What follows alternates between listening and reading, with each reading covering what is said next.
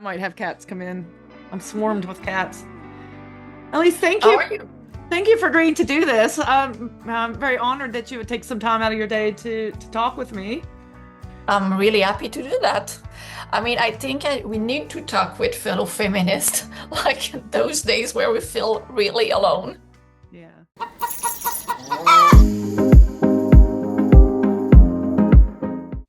I had come across you years ago because you'd written the book Cash Cow. Mhm, mhm.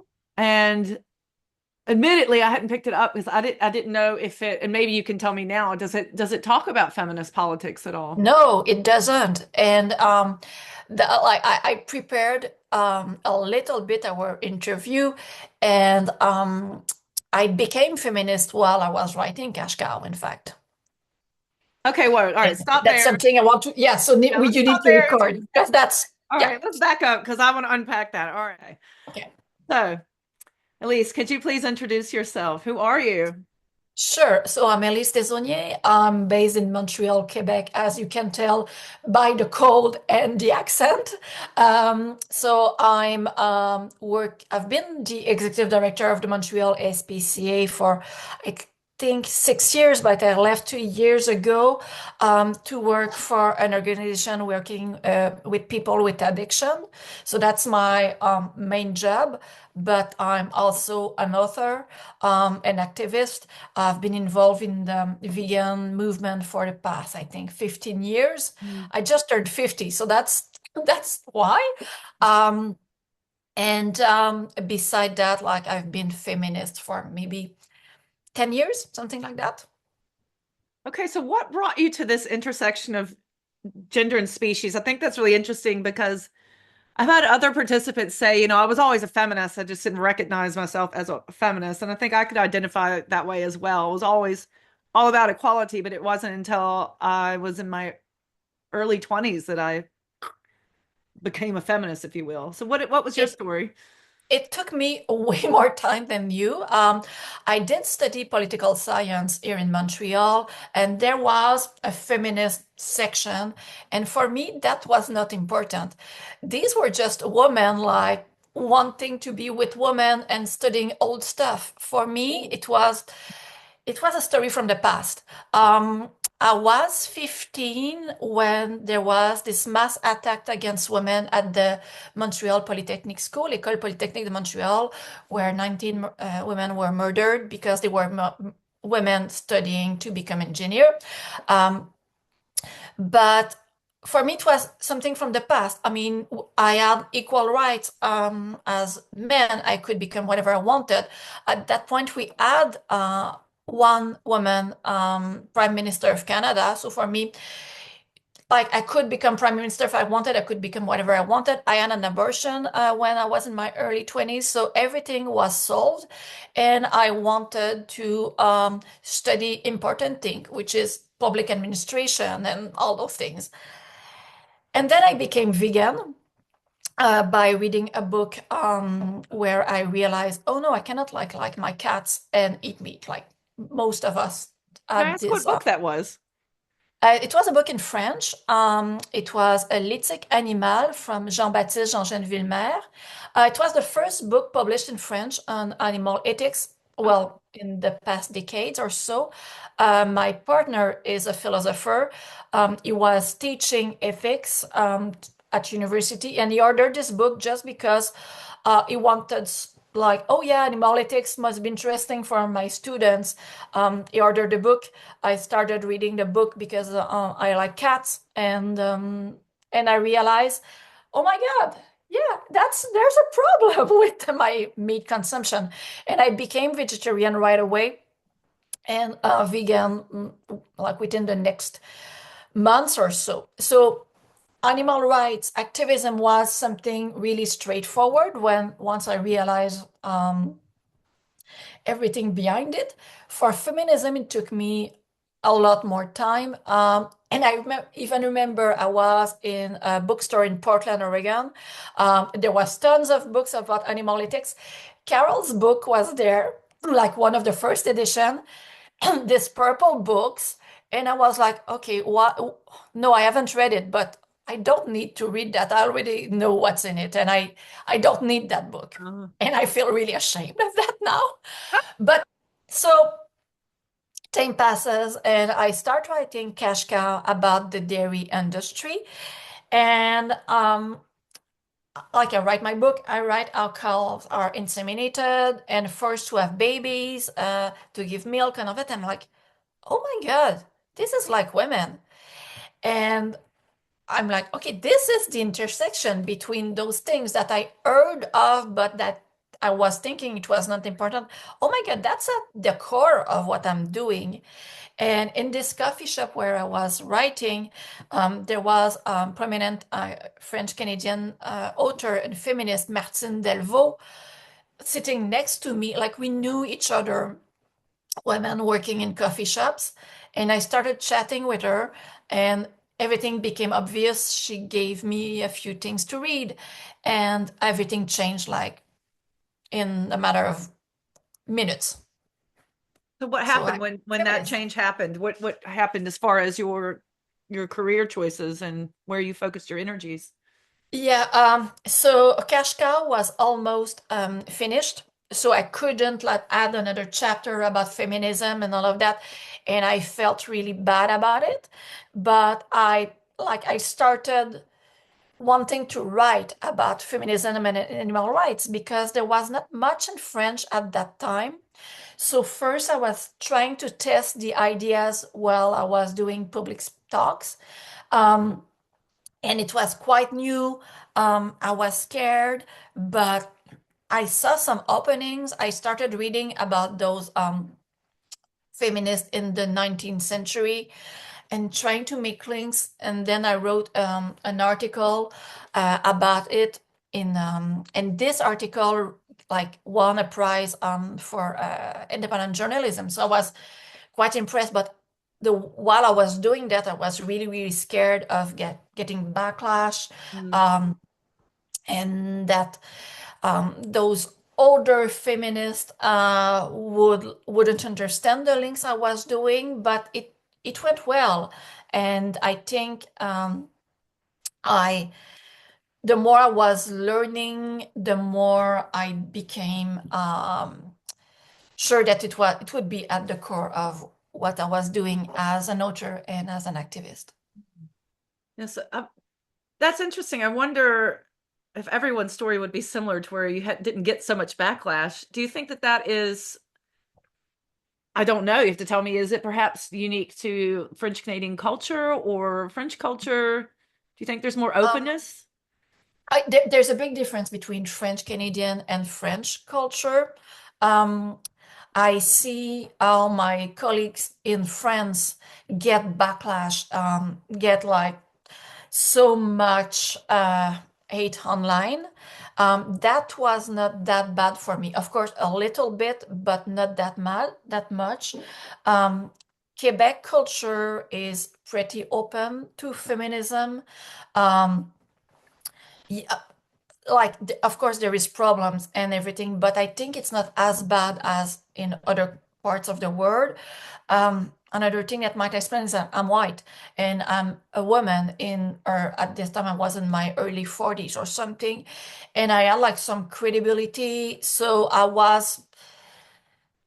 it was probably easier to attack younger women, women of color than me. Yeah. So I had like my big backpack of privilege, so I could like walk there and be pretty safe. And like I mentioned, my partner being a philosopher, and of course that helps. I'm also heterosexual, so like I, it I seemed normal for online. So Yeah, okay. So in the online world. So when you're writing this, I wonder, that was, so you're saying less than 10 years ago.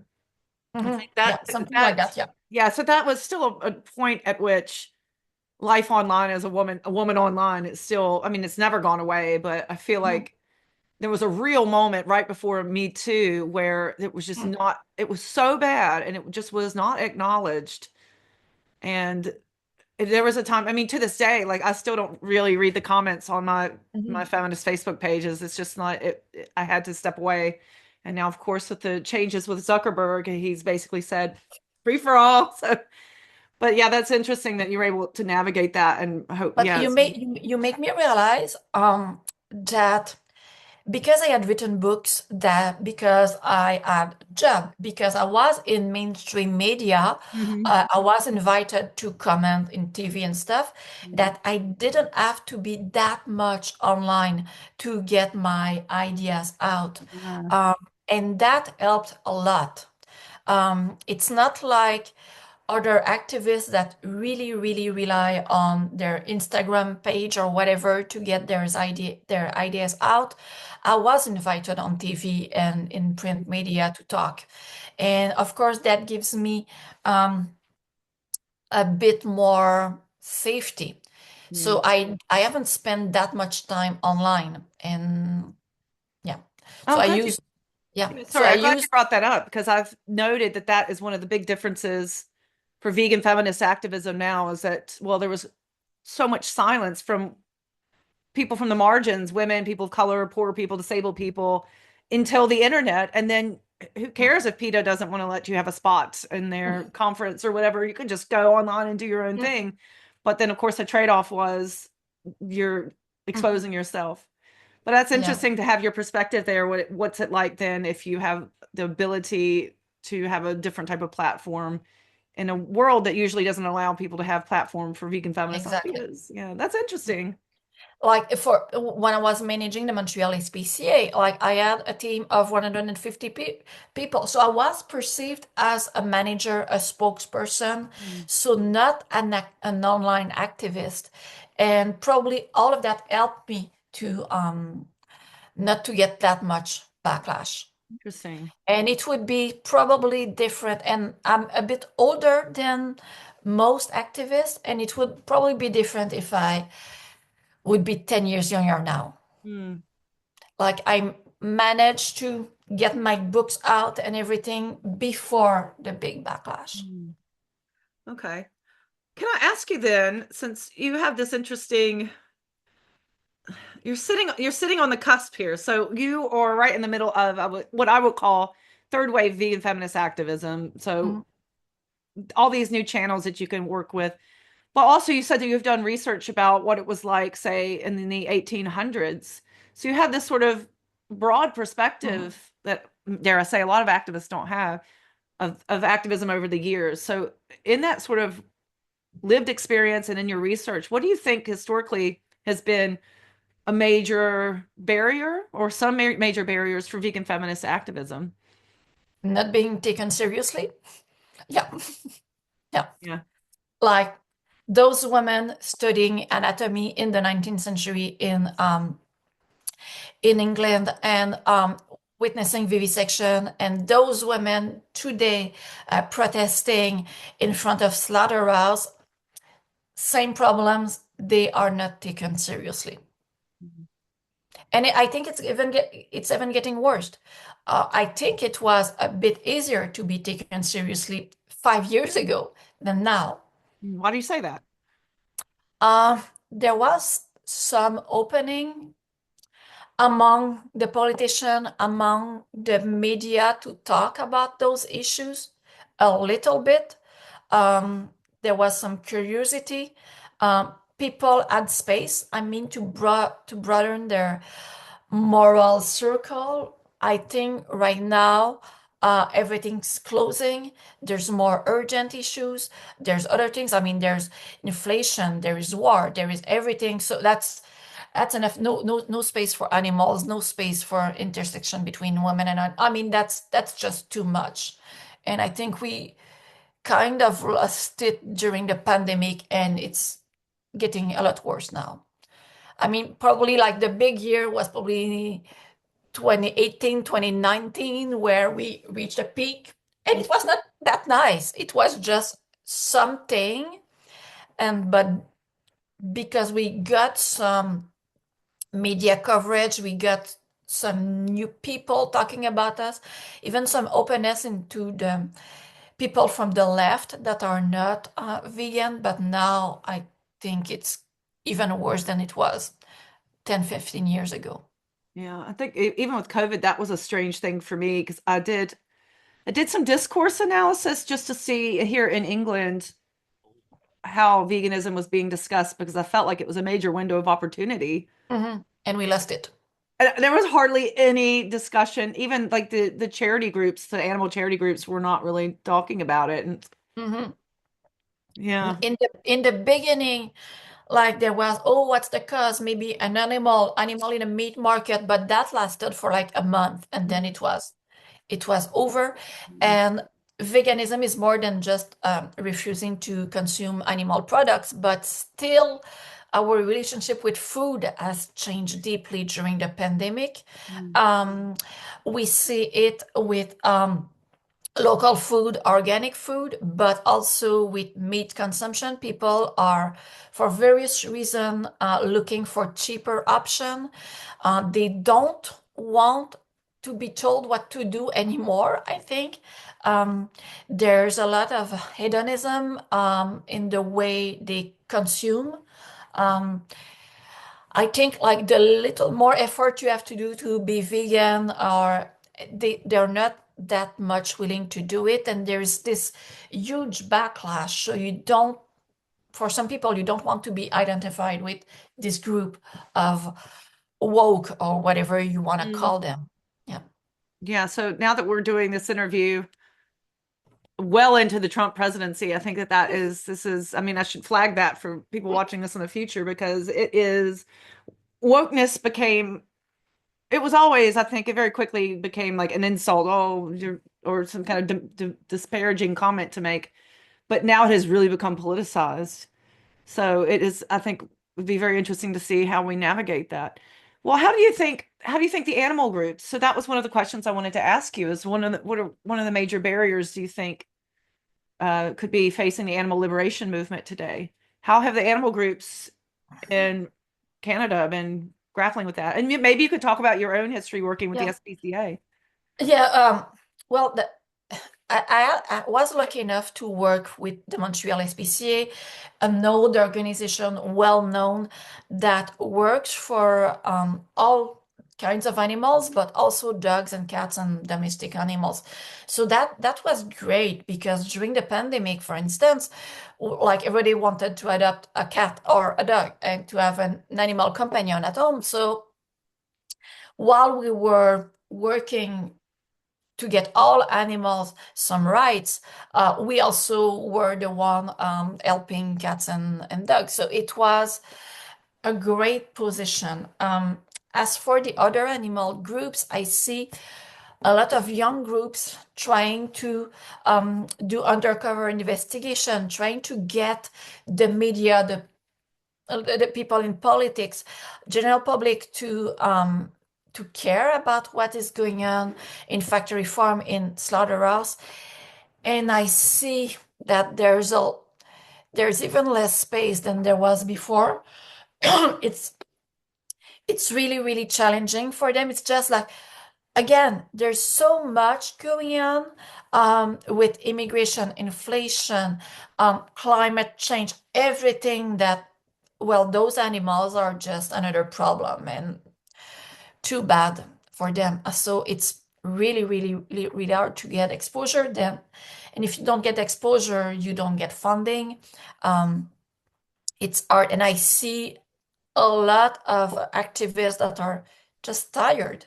Um, it's hard to be an activist without reach, without gains, um, when everything goes bad. So it's it's hard to remain positive. Yeah. It's kind of the around the edges of what you've just talking about. I see feminism there. I see Mhm. obviously when you're talking about companion animals, very much so that is a lot of care work, which tends to be feminized. And maybe you could speak to that. But also the other part is like dealing with the emotional the burnout, the compassion fatigue. And that can be very gendered as well. And how do you negotiate that? Do you see feminism and informing any of that, dealing with care work in the aftermath, if you will?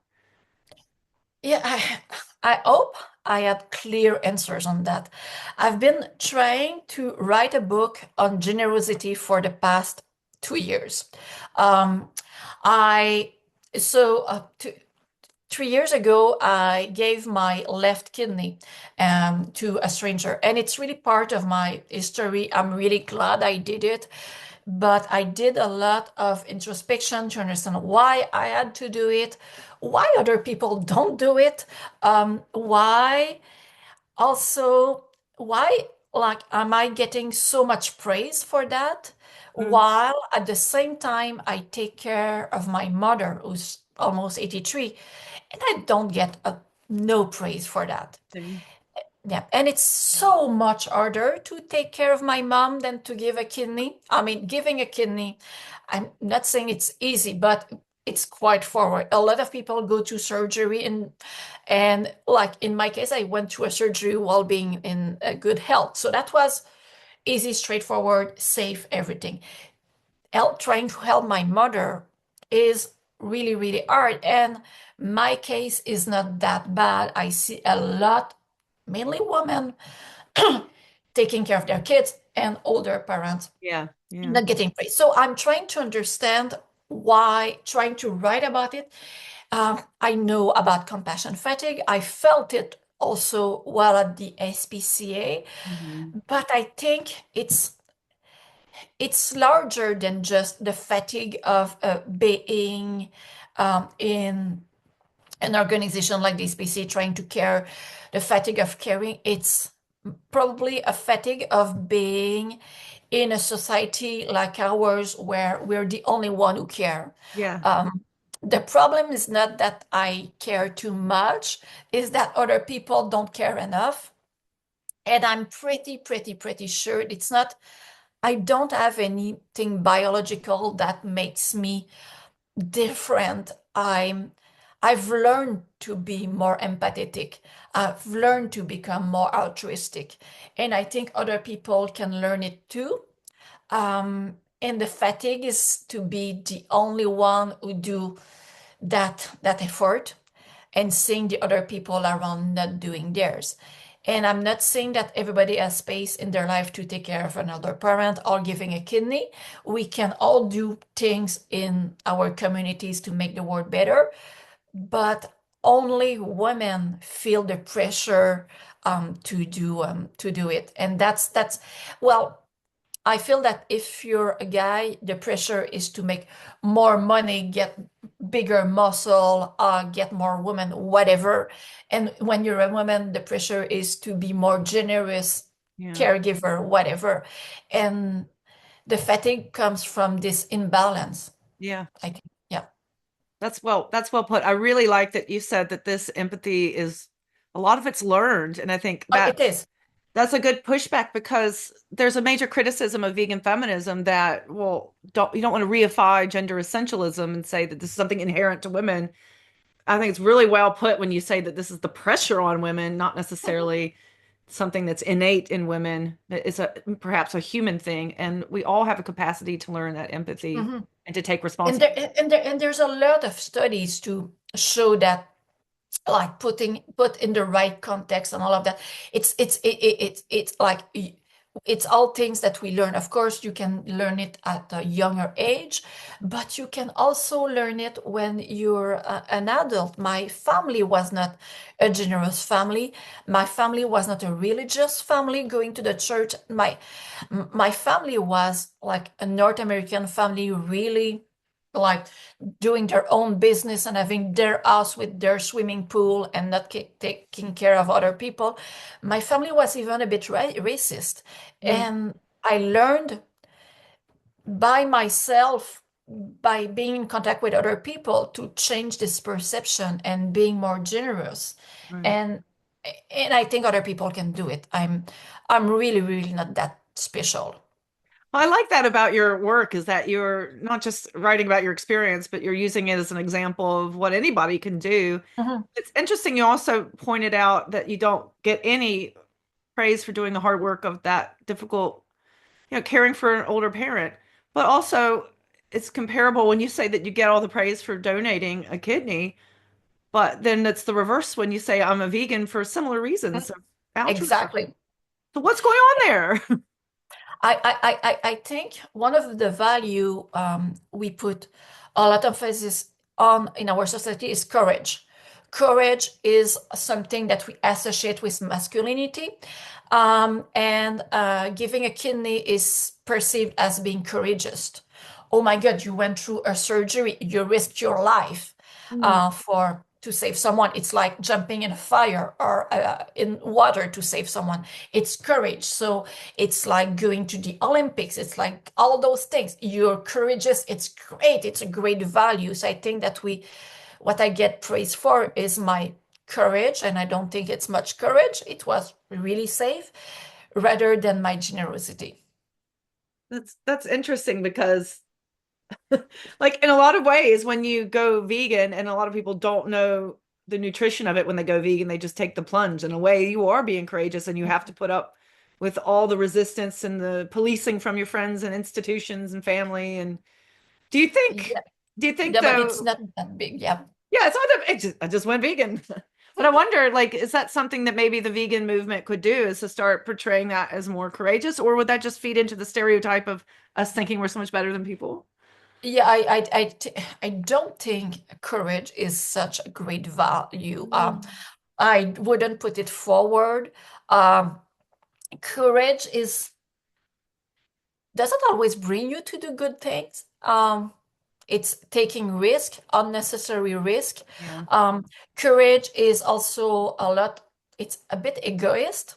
Yes. Um, like if you like I'm trying to be a runner. I'm really not that good of a runner, but I see all the admiration we have for those people who do like this ultra trails for a really, really long time. And but it's yeah, but it's egoist. They do that because they want to like go further and show that they are really strong. But if they want to do it, that's great. And there's a lot of great runners. But as a society, what I want us to cultivate is just the care we have one another and care for people we don't see and just yeah.